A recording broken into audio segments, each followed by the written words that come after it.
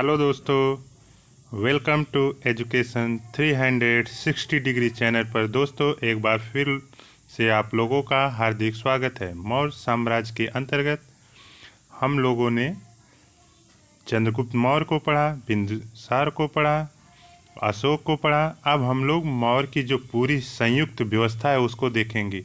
मतलब वहाँ की मौर्य प्रशासन की क्या व्यवस्था थी, आर्थिक व्यवस्था क्या थी, सामाजिक व्यवस्था क्या थी। तो पहली प्रायोरिटी हम लोग मौर्य प्रशासन को देंगे।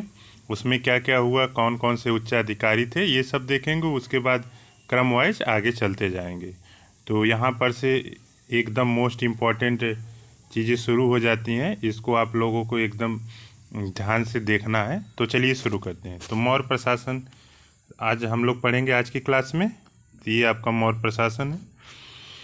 कौटिल्य ने राज्य के सप्तांग सिद्धांत के 7 अंग निर्दिष्ट किए हैं, बताया है। जिसे निर्दिष्ट मतलब बताया क्या? राजा, अमात्य, जनपद, दुर्ग, कोष, सेना और मित्र। ये एग्जाम में पूछा गया है कि जैसे 4 विकल्प देंगे, 3 अलग देंगे, 1 इसमें देंगे। तो इसलिए आपको ये मतलब सातों आपको याद रहना चाहिए।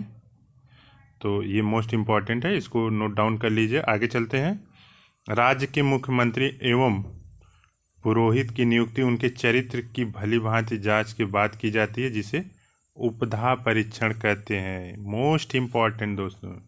आगे चलते हैं। केंद्रीय प्रशासन के अंतर्गत अर्थशास्त्र में शीर्षस्थ अधिकारियों को ये तीर्थ कहा गया। इनकी संख्या 18 थी। अधिकतर स्थलों पर इन्हें महामात्र की संज्ञा दी गई। सबसे महत्वपूर्ण तीर्थ या महामात्र आप आज के प्रशासन से रिलेट करके देख सकते हैं। जैसे प्रधानमंत्री हो गए, वित्त मंत्री हो गए, डिफेंस मिनिस्टर हो गए। तो ऐसे ही उस समय के इस सबसे ऊपर की कड़ी थी, प्रशासन की सबसे की ऊपर की कड़ी थी। तो आप लोगों को ध्यान देना है। और अगर आप लोग याद करना चाहते हैं तो इसको आज के चीज़ों से रिलेट कर लीजिएगा। तो आगे चलते हैं। इनका साम्राज्य अन्य अधिकारियों पर नियंत्रण होता था। मतलब जैसे आज के समझ रहे हैं कि ये शीर्षस्थ होते हैं तो इन्हीं के अंडर में सब काम करते हैं, वैसे उस समय इनके अंडर में सब काम करते थे। तो चलिए, तो ये आपके मतलब साम्राज्य के अन्य अधिकारियों पर इनका नियंत्रण होता था। और देख लेते हैं कि मौर्यकालीन उच्च अधिकारी कौन कौन थे।